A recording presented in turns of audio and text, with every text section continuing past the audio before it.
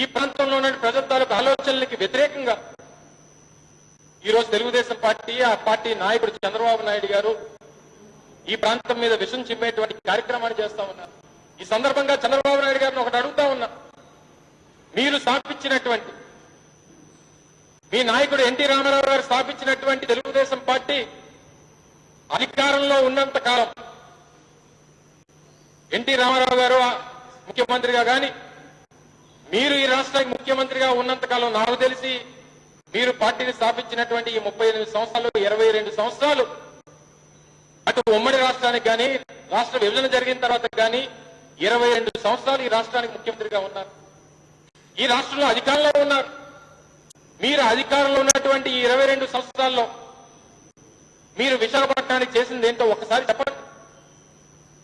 మీరు విశాఖపట్నానికి చేసినటువంటి ఒక కార్యక్రమాన్ని చెప్పండి. మేము అధికారంలో ఉన్నటువంటి ఈ 22 సంవత్సరాల్లో విశాఖపట్నానికి బిల్లైనటువంటి కార్యక్రమాలు చేశామని చెప్పి ఒక సందర్భాన్ని మీరు చూపించండి. తీరా 2014లో రాష్ట్ర విభజన జరిగితే, రాష్ట్ర విభజన జరిగిన తర్వాత విభజన చట్ట ప్రకారం ఒక కమిటీని నియమించి ఆ కమిటీ ఈ రాష్ట్రంలో ఏ ప్రాంతం అయితే రాజధానిగా బాగుంటుందో అని చెప్పి సూచించమని చెప్పి ఆ కమిటీకి చెప్తే, శివరామకృష్ణ కమిటీ నియమిస్తే శివరామకృష్ణ కమిటీ ఇచ్చినటువంటి రిపోర్ట్ను కూడా పక్కన పెట్టి నేను, నా సామాజిక వర్గం, నాతో పాటు ఉన్నటువంటి నా పార్టీ నాయకులు బాగుపడాలన్నటువంటి ఉద్దేశంతో మీరు వారిచ్చినటువంటి సూచన కూడా పక్కన పెట్టి మీరు మీకు కావలసినటువంటి ప్రాంతంలో రాజధానిని ఏర్పాటు చేసుకున్నారు. ఈ రోజు నిన్న మీరు మాట్లాడినటువంటి మాటల్లో, మీ చర్చలో ఓ మాట అన్నారు, అమరావతిలో గొప్ప సంపద సృష్టించానన్నటువంటి మాటలు మీరు మాట్లాడుతూ ఉన్నారు. అమరావతిలో ఒక గొప్ప సంపదను సృష్టించాను, ఈరోజు అటువంటి అమరావతిని ఈరోజు పక్కన పెట్టేసి ఈరోజు విశాఖపట్నానికి తరలించిపోతా ఉన్నారు అనేటువంటి మాటలు మీరు మాట్లాడుతూ ఉన్నారు. అసలు మీ తాలూకా అమరావతి రాజధాని ఈ దేశంలోనే అతిపెద్ద స్కామ్ అనేటువంటి విషయాన్ని సందర్భంగా తెలియజేస్తా ఉన్నాం. మీ అందరికీ తెలుసు, ఈరోజు విజయవాడ దాటి గుంటూరు మీదుగా వెళ్తా ఉంటే నాగార్జున యూనివర్సిటీ పరిసర ప్రాంతాల్లో కేవలం ఒక పంట పండేటువంటి భూములు ఉన్నాయి. ఒక 2000 ఎకరాలు, 3000 ఎకరాలు, 5000 ఎకరాలు, 10,000 ఎకరాలు. ఒక పంట, అసలు పంట కూడా పండినటువంటి భూముల్ని ఈయన ఏదైతే సిఆర్డీఏ పరిధిలో తీసుకున్నాడో ఆ పంట పండినటువంటి భూములనేమో తీసుకుని వచ్చి గ్రీన్ జోన్ లో పెట్టాడు. ఈరోజు తుళ్ళూరు, మందడం లాంటి ప్రాంతాలు అంటే 3 పంటలు 4 పంటలు పండేటువంటి ప్రాంతాన్ని, ఆ ప్రాంతాన్ని రియల్ ఎస్టేట్ అవసరాల కోసం అది రియల్ ఎస్టేట్ జోన్ గా, అది నాన్ అగ్రికల్చర్ జోన్ గా ఆయన ఆ ప్రాంతాన్ని మార్కింగ్ చేసినటువంటి సందర్భాల్ని ఈ సందర్భంగా తెలియజేసి ఇది తప్పు అని చెప్పి చెప్పారంటే చంద్రబాబు నాయుడు గారు ఈరోజు బీడు బారినటువంటి భూముల్ని, పంటలు పండినటువంటి భూముల్ని, ఈయన ఆధీనంలో లేనటువంటి భూముల్ని, ఈయన సామాజిక వర్గానికి చెందినటువంటి భూముల్ని, ఆ భూములు తీసుకుని వచ్చి గ్రీన్ జోన్ లో పెట్టి వాళ్ళ అవసరాలకి వ్యతిరేకంగా, ఈయన అవసరాలకు అనుగుణంగా ఆయనకు ఉన్నటువంటి భూములన్నింటినీ కూడా నాన్ అగ్రికల్చర్ జోన్ లో పెట్టినటువంటి సందర్భాలు. మరి ఇది ఏంటి, రియల్ ఎస్టేట్ కాదా? మీరు అమరావతి పేరుతో మీరు చేసినటువంటిది వ్యాపారం కాదా? మీరు అమరావతి పేరుతో చేసినటువంటి లక్షల కోట్ల రూపాయలు అవినీతి ఓ పెద్ద స్కామ్ కాదా? మీరు ఆ భూముల్లో మీరు పెట్టినటువంటి పెట్టుబడులు డబ్బులు పోతున్నాయని, నేను పెట్టినటువంటి పెట్టుబడి పోతుందని, నా భూములకి రియల్ ఎస్టేట్ రేట్లు రావట్లేదని, నేను నా పెట్టినటువంటి పెట్టుబడిలో రియల్ ఎస్టేట్ చేసుకోలేకపోతున్నాను అనేటువంటి మీ బాధ ఈరోజు అందరికీ కనబడతా ఉంది. మరి మీరు చెప్తారు, నేను అమరావతిని అంతర్జాతీయ రాజధానిగా, నేను అమరావతి ప్రాంతాన్ని అంతర్జాతీయ నగరంగా తీర్చిదిద్దుతున్నాను అని చెప్పి మీరు ఈ రాష్ట్ర ప్రజలకు చెప్పారు. మరి అటువంటి ఆ ప్రాంతంలో ఆ 2 నియోజకవర్గాల్లో ఎందుకు మీరు ఓడిపోయారో మీరు సమాధానం చెప్పలేకపోయారా? అదే అమరావతి ప్రాంతం ఏదైతే ఉందో ఆ ప్రాంతానికి చెందినటువంటి మంగళగిరి గాని, ఆ ప్రాంతానికి చెందినటువంటి తాడికొండ నియోజకవర్గాల్లో మీరు ఎందుకు ఓడిపోయారో తెలుగుదేశం పార్టీ స్వయంగా మీ జాతీయ జనరల్ సెక్రటరీ అయినటువంటి మీ కొడుకు లోకేష్ గారు ఎందుకు ఓడిపోయారో ఒక్కసారి సమాధానం చెప్పండి నాయుడు గారు. మీరు వీటికి సమాధానం చెప్పకుండా నేను అంతర్జాతీయ రాజధాని కట్టాను, అమరావతి నా రాజధాని అని చెప్పి మీరు చెప్తుంటే మైసూర్ కొండలో మైసూర్ ఎలా ఉండదో మీ అమరావతి రాజధానిలో రాజధాని కూడా ఉండదు చంద్రబాబు నాయుడు గారు. మీ రాజధాని లేదు. మీ రాజధానిలా మీకు చెందినటువంటి పత్రికల్లో మీకు చెందినటువంటి మీ టీవీ ఛానల్లో చూపించమన్నట్టు చూపిస్తున్నారు, రోజు చూపిస్తున్నారు. మీ అమరావతి రాజధాని ఏం చూపిస్తున్నారు మీ టీవీలో మీ ఛానల్లో? మీ చూపించినటువంటి గ్రాఫిక్సే చూపిస్తున్నారు ఇప్పటికీ. మీరు కట్టినటువంటి ఒక బిల్డింగ్ మీరు కట్టినటువంటి ఒక శాశ్వతమైనటువంటి ఒక భవనాన్ని చూపించబడండి. మీరు చేసినటువంటి అవినీతి, మీరు చేసినటువంటి అక్రమాలు ఇంకా ప్రజలు కనిపెట్టట్లేదని చెప్పి మీరు అనుకుంటున్నారు. తీరా ఏదన్నా అంటే ఉదయాన్నే లేస్తే ఒక పెద్ద ఆరోపణ చేయడం, ఉదయాన్నే ఆ జూమ్ లోకి రావడం, జూమ్ లో ముస్లిం తీసుకొని మీరు ఒక ఆరోపణ, పెద్ద ఆరోపణ చేసేస్తారు. అమ్మో నా ఫోన్ ట్యాపింగ్ చేసేస్తా ఉన్నారు, పెద్ద ఫోన్ ట్యాపింగ్ కుంభకోణం జరిగిపోతా ఉంది, మా ఫోన్లన్నీ ట్యాపింగ్ చేసేస్తున్నారు, లేకపోతే జడ్జీల ఫోన్లు ట్యాపింగ్ చేసేస్తున్నారు, వీళ్ళ ఫోన్ ట్యాపింగ్ చేసేస్తున్నారు అనేటువంటి ఒక పెద్ద ఆరోపణ మీరు వదిలేస్తే చేస్తారు. కానీ దానికి చేసినటువంటి ఆరోపణలకి ఎక్కడ ఒక చిన్న ఆధారాన్ని కూడా చూపించారు. ఇప్పుడు నేను అంటా చంద్రబాబు నాయుడు గారు 10 హత్యలు చేశారు, లేకపోతే లోకేష్ గారు 20 మానభంగాలు చేశాడని చెప్పి నేను అంటా. అన్నంత మాత్రాన నేను ఒక ఆరోపణ చేసేటప్పుడు ఆ చేసినటువంటి ఆరోపణలు కనీసం ఒక చిన్న ఆధారంగా చూపిస్తే అమ్మో చేసినటువంటి ఆరోపణ నిజం, చేస్తున్నటువంటి ఆరోపణల్లో వాస్తవం ఉంది అన్నటువంటిది ప్రజలు అనుకుంటారు. కానీ మీరు చేసినటువంటి ఏ ఒక్క ఆరోపణకైనా ఆధారం ఉందా అని చెప్పని అడుగుతా ఉంది. ఈరోజు అటువంటివి మానుకొని ఈరోజు విశాఖపట్నానికి సంబంధించి మీరు 14 సంవత్సరాలు, మీ పార్టీ 22 సంవత్సరాలు అధికారంలో ఉంటే మీరు 14 సంవత్సరాలు ఈ రాష్ట్రానికి ముఖ్యమంత్రిగా ఉన్నారు. మీరు చేసింది ఏంటి? విశాఖపట్నానికి హిందుస్థాన్ జింక్ ని అమ్మేశావు, విశాఖపట్నం స్టీల్ ప్లాంట్ ని బేరం పెట్టేశావు, విశాఖపట్నంలో ఉన్నటువంటి BHPని నీ మిత్రుడైనటువంటి చిదంబరానికి అమ్మేయాలని చూశావు, హిందుస్థాన్ షిప్ యార్డ్ ని నష్టాల్లో పోతే దాన్ని ఎవరికో అమ్మేద్దామని చెప్పి చూసాం. అలా HPCL, BPCL, IOCL రాష్ట్రంలో ఉన్నటువంటి ప్రభుత్వ రంగ సంస్థల్ని,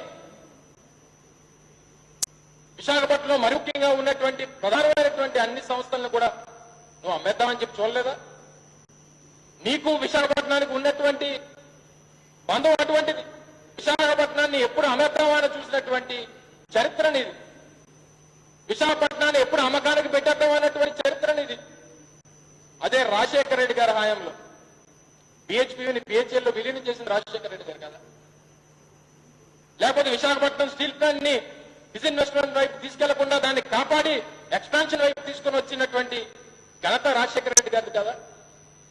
లేకపోతే హిందుస్థాన్ షిప్ యార్డ్ కి రక్షణ రంగం నుంచి ఆర్డర్లు తీసుకుని వచ్చి ఆ సంస్థని కాపాడినటువంటిది రాజశేఖర రెడ్డి గారు కదా? ఈరోజు అటువంటి విశాఖపట్నంలో ఈరోజు ఆ పక్కన ఉన్నటువంటి హెల్త్ సిటీని చూసినా, లేకపోతే పరవాడ వైపు ఉన్నటువంటి ఫార్మాసిటీని చూసినా, లేకపోతే అచ్యుతాపురంలో ఉన్నటువంటి SEZ ని చూసినా, ఈరోజు మనం గొప్పగా చెప్పుకుంటున్నటువంటి GVMCని చూసినా, ఈరోజు నగరానికి చుట్టుపక్కల ఉన్నటువంటి పెద్ద ఎత్తున BRTS రోడ్లను చూసినా, లేకపోతే విశాఖపట్నం నడిబొడ్డున ఉన్నటువంటి ఫ్లైఓవర్ చూసినా, ఇవన్నీ చేసింది ఎవరు? చంద్రబాబు నాయుడు గారు. ఇవన్నీ చేసింది రాజశేఖర రెడ్డి గారు కాదా? ఈ విశాఖపట్నానికి జరిగినటువంటి అభివృద్ధి, ఈ విశాఖపట్నంకి ఏదన్నా అభివృద్ధి జరిగిందంటే ఆ రోజు రాజశేఖర రెడ్డి గారు 5 సంవత్సరాల కాలంలో, ఇప్పుడు జగన్మోహన్ రెడ్డి గారి సంవత్సరం రానున్నటువంటి కాలంలో జరగబోతా ఉంది అన్నటువంటి విషయాన్ని ఈ సందర్భంగా తెలియజేస్తా ఉన్నా. సిగ్గు లేకుండా ఇంకా నీ నాయకులతో మాట్లాడుతూ ఏదన్నా అంటే నేను ఆ రోజు అమరావతిని రాష్ట్ర రాజధానిగా, విశాఖపట్నాన్ని ఆర్థిక రాజధానిగా నేను ఆ రోజే ప్రకటించాననేటువంటి గొప్పలు చెప్పుకుంటా ఉన్నా. ఈరోజు ఛాలెంజ్ చేస్తా ఉన్నా, నీ హయాంలో నువ్వు 14 సంవత్సరాలు మీరు ముఖ్యమంత్రిగా ఉన్నప్పుడు జరిగినటువంటి అభివృద్ధికి రాజశేఖర రెడ్డి గారు, జగన్మోహన్ రెడ్డి గారు అధికారంలో ఉన్నటువంటి సమయంలో జరిగినటువంటి అభివృద్ధి ఈ మధ్య చర్చ పెడదాం. ఆయన వాళ్ళకంట మేమే ఎక్కువ అభివృద్ధి చేస్తామని చెప్పి మీరు కానీ నిరూపించగలిగితే నా పుట్టకి రాజీనామా చేస్తా. నీకు సిగ్గు లేకుండా నువ్వు మాట్లాడతావు. అసలు నువ్వు చేసిందేంటి? విశాఖపట్నాన్ని నువ్వు వాడుకున్నావు. విశాఖపట్నం తాలూకా నగర అందాలని, విశాఖపట్నం తాలూకా వనరుల్ని, విశాఖపట్నం తాలూకా అవసరాల్ని ఏ రోజు నువ్వు పట్టించుకోలేదు. నువ్వు మొన్న చెప్పావు విశాఖపట్నంలో పార్ట్నర్షిప్ సమిట్లు పెట్టావు, విశాఖపట్నంలో భారీ పెట్టుబడులు తీసుకురావాలని చెప్పి కార్యక్రమాలు చేశాం. ఈ పాటికి నేను ఉండుంటే ఆ పెట్టుబడులు, ఆ ఉద్యోగాలు అన్ని కూడా ప్రజలకు కనబడేవనేటువంటి మాటలు మాట్లాడుతూ ఉన్నారు. మీరు పెట్టినటువంటి 4 సంవత్సరాలు పార్ట్నర్షిప్ సమిట్స్ మీరు కూడా వెళ్ళారు. పాత్రికేయ మిత్రులందరూ కూడా 4 సంవత్సరాలు మీకు ఆ పెట్టుబడి సదస్సులు మీకు కూడా ఆహ్వానం అందింది, మీరు కూడా వెళ్ళారు. కొన్ని పత్రికల్లో ప్రతి సంవత్సరం బూస్ట్ చేసుకుంటూ పత్రికల్లో వాళ్ళు వేసుకోవడం కావాల్సినటువంటి పత్రికల్లో 20 లక్షల కోట్ల పెట్టుబడులు, 43 లక్షల మందికి ఉద్యోగాలు రాబోతా ఉన్నాయన్నటువంటి మాటలు మీరు చెప్పారు. ఒక సంవత్సరం అయితే కొన్ని పాత పత్రికలు తీశారు. ఆయన కావాల్సినటువంటి పత్రిక 4,39,000 కోట్ల పెట్టుబడులు ఒక సంవత్సరం. ఇది ఒక సంవత్సరంలోనైతే ఇది ఆయనకు మరీ కావాల్సినటువంటి పత్రిక. ఇది 2018 సంవత్సరం మే 9వ తారీఖు వచ్చినటువంటి కథనం. 36 లక్షల ఉద్యోగాలు. చంద్రబాబు నాయుడు గారి స్టేట్మెంట్. ఆయన తాలూకా ట్విట్టర్లో మిగిలినటువంటివి కొన్ని మిగిలిన కథనాలు ఇవన్నీ చూపించి నిన్న నాయకులతో చెప్తా ఉన్నాడు. 20 లక్షల కోట్ల పెట్టుబడులు, 43 లక్షల మందికి ఉద్యోగాలు ఇచ్చేసే వాళ్ళం. ఈ పాటికి వాళ్ళందరూ కూడా ఇప్పుడు అవేమీ కనబడట్లేదు అనేటువంటి మాట ఆయన మాట్లాడుతూ ఉన్నాడు. అసలు చంద్రబాబు నాయుడు గారు అసలు ఆ మాట అయిన తర్వాత నాకు ఒక కంప్లైంట్ ఇద్దామనిపించింది.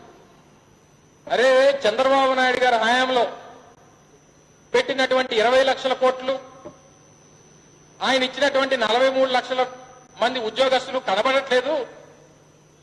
దయచేసి వాళ్ళని వెతికి పెట్టండి, ఆ 20 లక్షల కోట్లు వెతికి పెట్టండి. అవి కనిపెట్టగలిగినటువంటి వ్యక్తి ఈ రాష్ట్రంలో ఒక్క చంద్రబాబు నాయుడు మాత్రమే. సో చంద్రబాబు నాయుడు గారిని తీసుకుని వచ్చి ఎంక్వైరీ చేసి ఆ 20 లక్షల కోట్లు ఏమైపోయో, 43 లక్షల మంది ఉద్యోగస్తులు ఏమైపోయారో ఒకసారి తీసుకుని వచ్చి ప్రజల ముందు పెట్టండి అని చెప్పి ఒక కంప్లైంట్ ఇద్దాం అనుకున్నాం. కానీ చంద్రబాబు నాయుడు తాలూకా ఆలోచన సరళి, ఆయన తాలూకు మనస్తత్వం, ఆయన తాలూకు మధ్యస్థిమితం ఇప్పుడు ఉన్నటువంటి పరిస్థితుల్లో బాగోలేవని చెప్పి తెలిసి విరమించుకున్నా.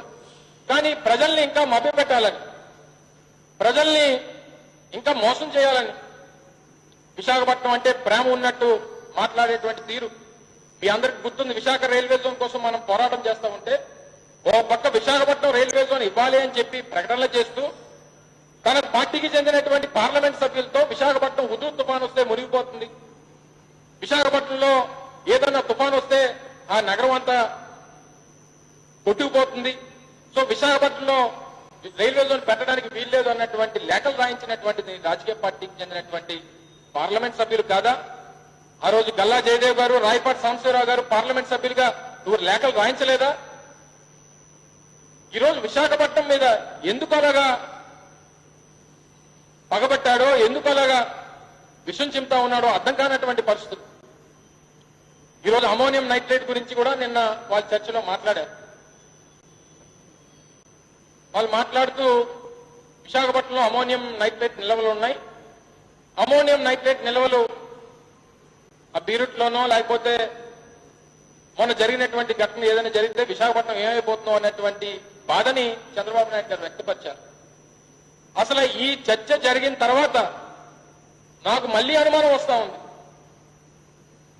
ఎక్కడ ఆయన తాలూకా వ్యక్తిత్వం తెలిసినటువంటి, ఆయన తాలూకా గత చరిత్ర తెలిసినటువంటి వ్యక్తిగా ఏదో ఒక ప్రమాదాన్ని గురి చేసి ఆయన కావాలనే ఏదో బ్లాస్టింగ్ చేసి ఈ ప్రాంతం మీద తన తాలూకా పగని చూపించుకో తీసుకోవాలన్నటువంటి ప్రయత్నం చేయబోతా ఉన్నాడు అన్నటువంటి అనుమానం మళ్ళీ కలుగుతా ఉంది. దయచేసి ఈ కోణంలో, ఎందుకంటే అమోనియం నైట్రేట్ ఉన్నటువంటి నిల్వలు ఉన్నటువంటి ప్రాంతం, చంద్రబాబు నాయుడు గారికి అత్యంత సన్నిహితులుగా ఉన్నటువంటి ప్రాంతాల్లో ఆ నిల్వలన్నీ ఉన్నాయి.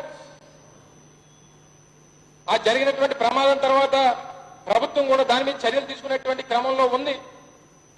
కానీ ఎక్కడ చంద్రబాబు నాయుడు ఇటువంటి కుట్రకి ఉడికడతాడు అన్నటువంటి భయం కలుగుతా ఉంది. ఎక్కడ విశాఖపట్నాన్ని మళ్ళీ ఒక ప్రమాదకరమైనటువంటి ఒక పరిస్థితిలో తీసుకెళ్తాడు అన్నటువంటి ఒక ఆలోచన కలుగుతా ఉంది. ఎందుకంటే చంద్రబాబు నాయుడు గారి తాలూకా కుట్రా కోణం, చంద్రబాబు నాయుడు గారి తాలూకా మనస్తత్వం మీ అందరికీ తెలుసు. ఎప్పుడన్నా చంద్రబాబు నాయుడు గారు నేను ఖర్జూర నాయుడు వారసుని అని చెప్పుకున్నటువంటి సందర్భాలు ఎప్పుడన్నా ఉన్నాయా? ఆయన ఏ రోజన్నా చెప్పాడంటే ఈయన ఎవరికైతే వెన్నుపోటు పొడిచినటువంటి ఎన్టీ రామారావు వారసుని అని చెప్తాడు తప్ప ఎప్పుడన్నా నేను ఖర్జూర నాయుడు వారసుని అని చెప్పినటువంటి సందర్భాలు లేవు. చివరికి తన తల్లి చివరి నిమిషాల్లో కూడా చూడనటువంటి వ్యక్తి చంద్రబాబు నాయుడు. చివరికి తన ఆస్తుల్ని తన తల్లి పేరు మీద పెట్టి తద్వారా గిఫ్ట్ డీడ్ ద్వారా లోకేష్ పేరు మీదకి మార్చినటువంటి సందర్భాలను కూడా మనం చూసాం. అంటే చివరికి తన తల్లిని కూడా తన అవసరాల కోసం వాడుకున్నారు తప్ప తన ఆఖరి నిమిషాల్లో తన తల్లిని కూడా చూడనటువంటి వ్యక్తి చంద్రబాబు నాయుడు. మరి ఇంతకంట అటువంటి వ్యక్తిత్వం కలిగినటువంటి వ్యక్తి కోసం అంతకంట ఇంకేం చెప్పాలన్నటువంటిది అర్థం కానటువంటి పరిస్థితి. నేను ఈ సందర్భంగా కోరుతా ఉన్నా, చంద్రబాబు నాయుడు ఒక use and throw politician. Chandrababu Naidu తాలూకా ఆయన రాజకీయ జీవితం 40 సంవత్సరాల్లో ఎంతో మంది తన అవసరాల కోసం వాడుకొని నాయకుల్ని చంద్రబాబు నాయుడు డస్ట్బిన్ లో పడేసినటువంటి సందర్భాలు మనం చూసాం.